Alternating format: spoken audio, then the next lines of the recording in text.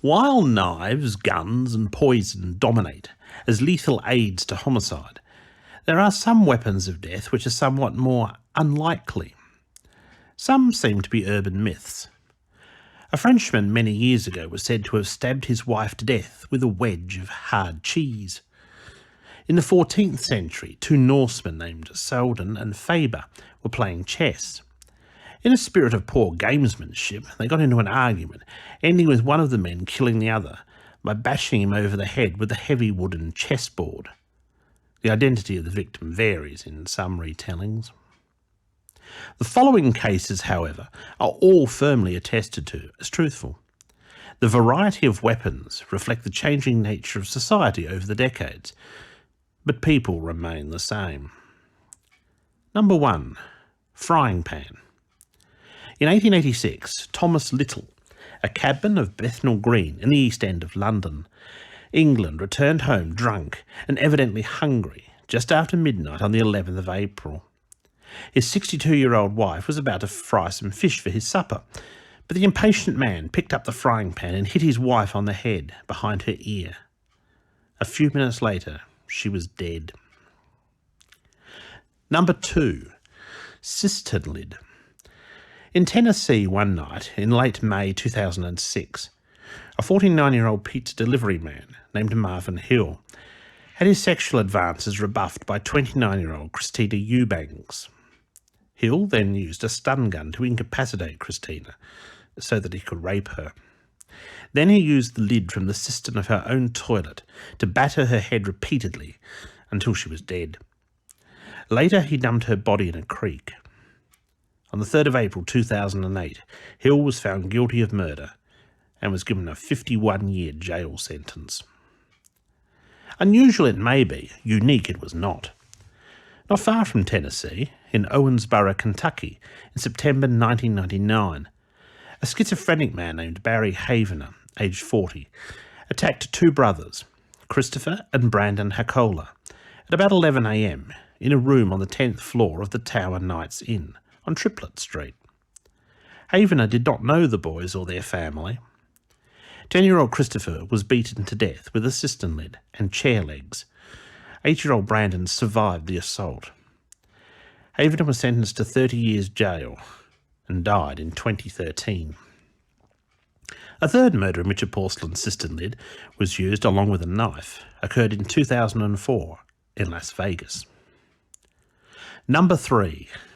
Crucifix. On Christmas morning 2008 in Newry, Ireland, 81-year-old Mrs. Mare Rankin was discovered dead in her bed. The old lady, a Roman Catholic adherent, had been savagely beaten with a large wooden crucifix, which had been a wedding gift many years earlier. Mare had 15 ribs broken.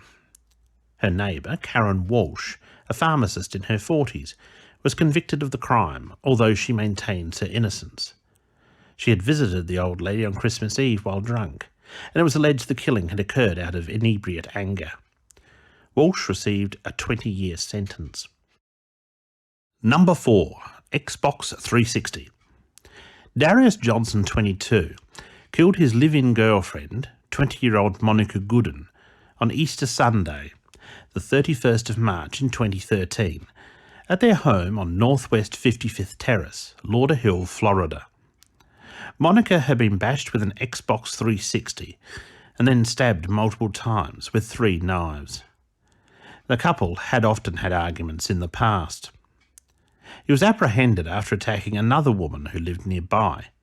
He punched and hit Geraldine Price with a chair until her screams alerted her nephew, who came to her rescue. As Johnson attacked her, he said, "A pink elephant was laughing at him." Johnson told police that Monica had had control over his spirit and he needed to sacrifice someone whose birth astrological sign was Taurus. Despite what he said, Monica was not a Taurus. Johnson was sentenced to life imprisonment. Number 5. Reaping hook. John Frederick Cooner of Dubbo, New South Wales, was 14 years old in 1875. He had been cutting grass with a sickle before he began playing with some other boys. While being silly, he threw some dirt in another lad's face. who retaliated by doing the same. The other boy's 9-year-old brother joined in, throwing a clump of dirt and grass at Cooner's face. Cooner responded by picking up the sickle and chasing the younger boy for about 10 yards, and then hurling the tool at the boy. Whether he intended to hit the boy is uncertain, but the point of the sickle entered the boy's body in the back, between the 6th and 7th ribs, piercing his pericardium. Cooner ran up and pulled the sickle out of the injured boy, held him in his arms and then laid him down again, and then ran off to fetch a doctor. The boy was taken home, but died after a night of agony the following day at 8 a.m. of internal bleeding. Cooner was charged with murder, but it is unclear whether a trial ever took place. He married in 1888 and died in 1941, aged 79. Number 6. Pen. Jason Webster, a 21-year-old history student at Hull University in England, killed his fellow student and sometime girlfriend, Rebecca Love, 26, apparently when she refused to have sex with him. Rebecca had another boyfriend at home in Yorkshire, and Webster was only a casual acquaintance she had met in a nightclub. She lived in a residence at Cottingham, near Hull. On the 3rd of May 2007, while drunk, he attacked Rebecca, kicking and asphyxiating her, and stabbing her 93 times with a pen in her head, throat, and even inside her mouth, in a prolonged assault. After her death, he cleaned the body in a vain attempt to remove DNA evidence, and forged a note in her style of handwriting in an attempt to focus suspicion on her other boyfriend.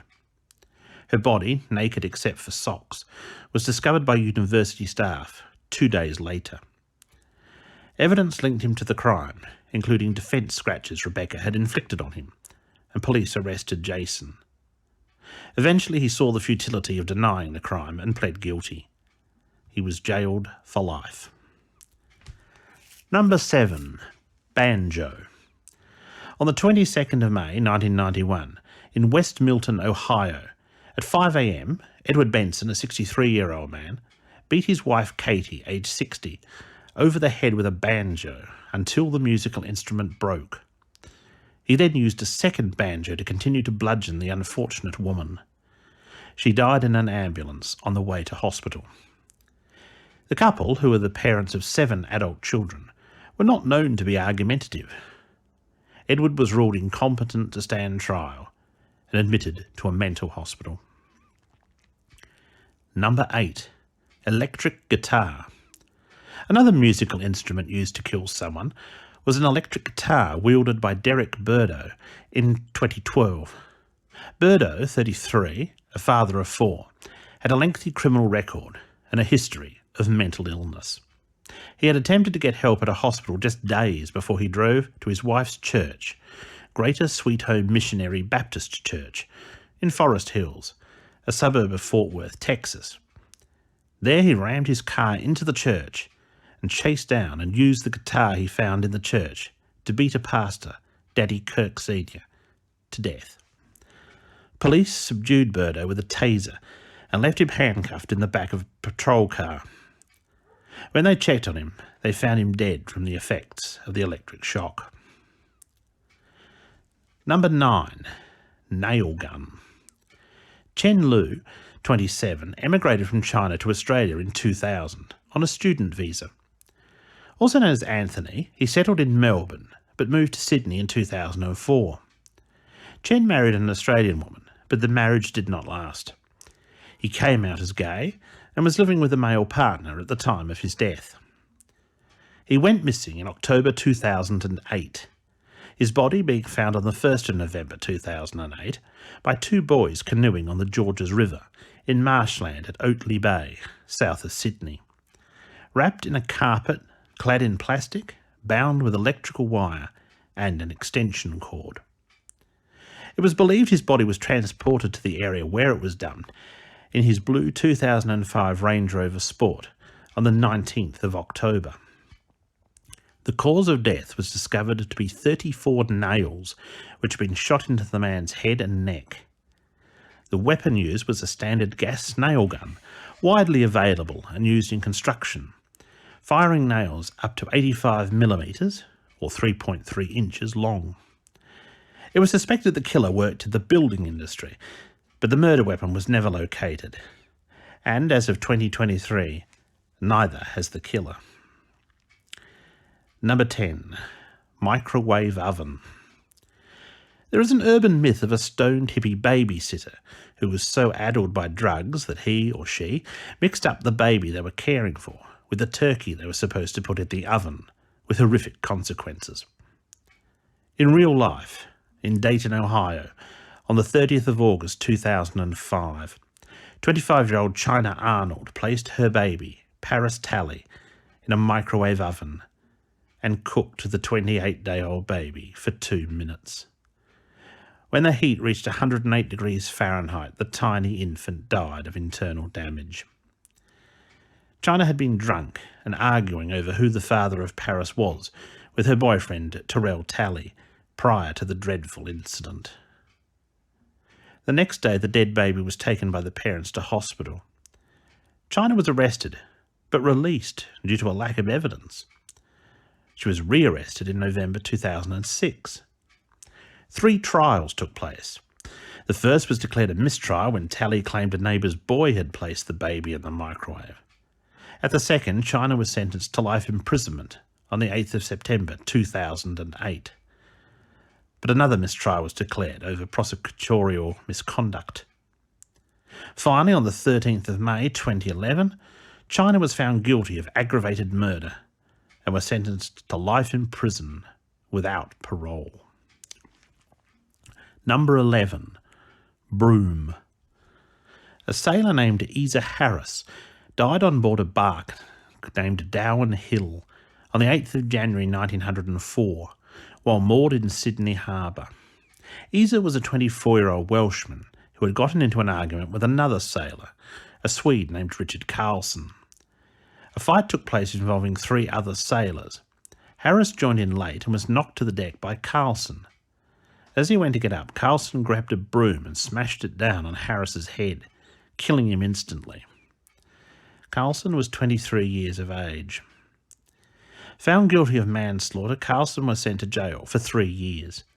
He was released from Goulburn Jail on the 7th of July, 1906. Number 12. Corkscrew. Murat St. Hilaire was 55 years old when he was murdered on the 13th of February 2008 at his Prospect Heights apartment in New York. Murat was found when his wife, whom he lived apart from but who phoned every day, became worried when she had not heard from him that day. Upon checking that he had not shown up at his work as a hospital orderly, she took their 11-year-old daughter, one of 3 children, and went to visit him. A neighbour and the daughter found Murat stabbed in the head with a corkscrew. The case is currently unsolved. Number 13. High-heeled shoe. The Blue Ridge country of Virginia was extremely conservative in the 1930s. It was considered improper for a girl to be out after dark, and an 8 p.m. curfew for lovers was generally accepted. Edith Maxwell, 21, was a modern-thinking young woman who did not agree with the outdated attitudes of her community in the town of Pound. Her father, on the other hand, was unhappy with change. He even objected to roads being made into the hill country where they lived. Edith had trained and worked as a teacher, something her father was opposed to. Although the area was conservative, newspapers disgruntled the locals by portraying the town as full of hillbillies stuck in the way of life of a previous century. On the 20th of July 1935, she stayed out late with her boyfriend. Upon returning home, her father, 52-year-old Trig Maxwell, who was drunk, whipped her.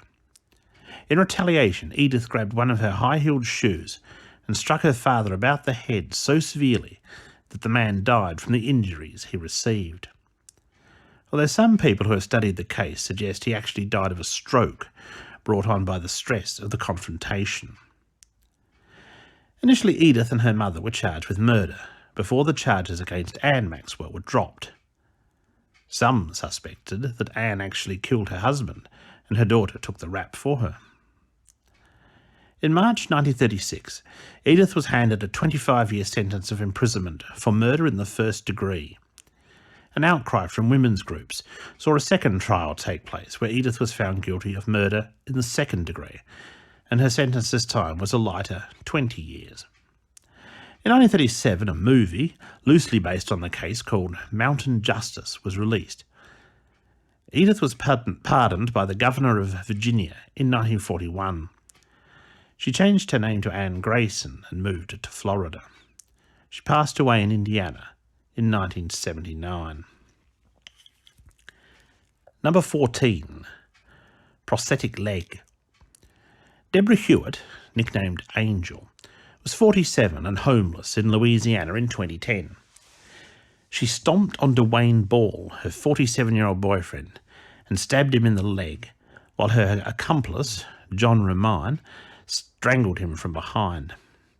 The coup de grace was delivered when Deborah removed her artificial leg and clobbered Ball around the head.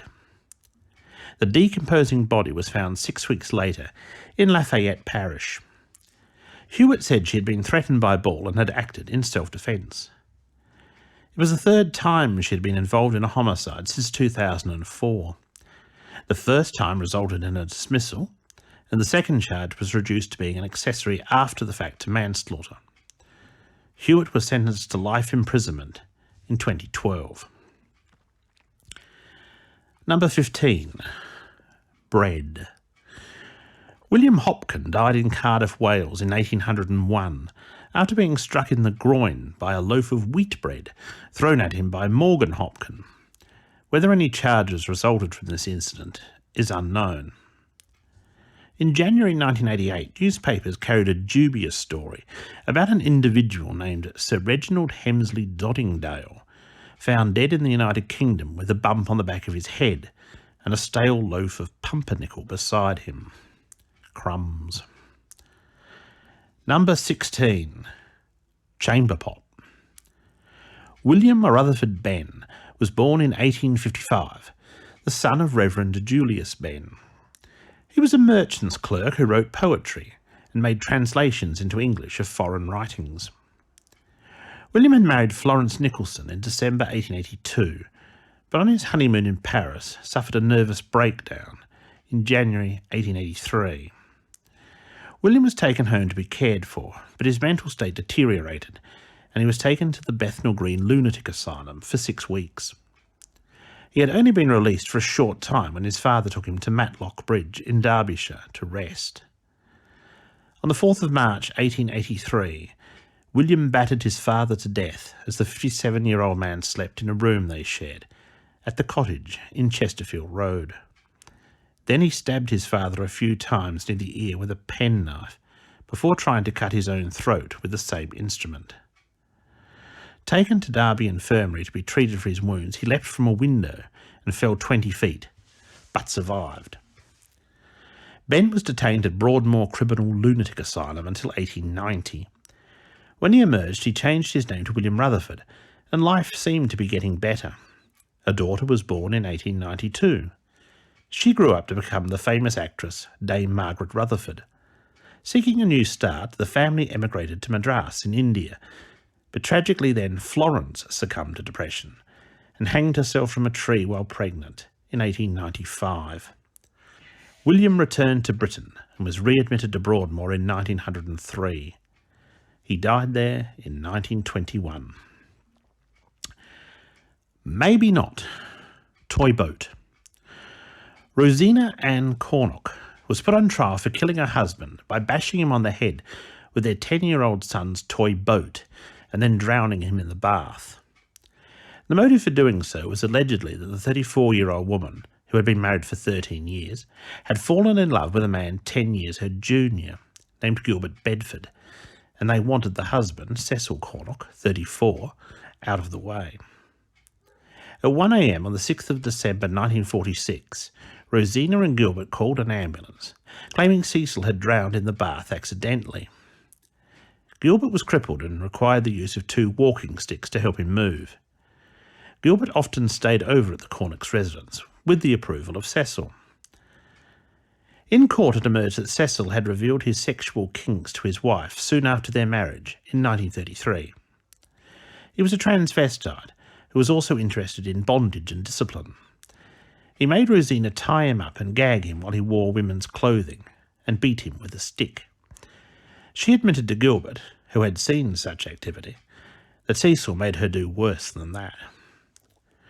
Rosina was acquitted of the charge, which I suppose invalidates the toy boat as a murder weapon.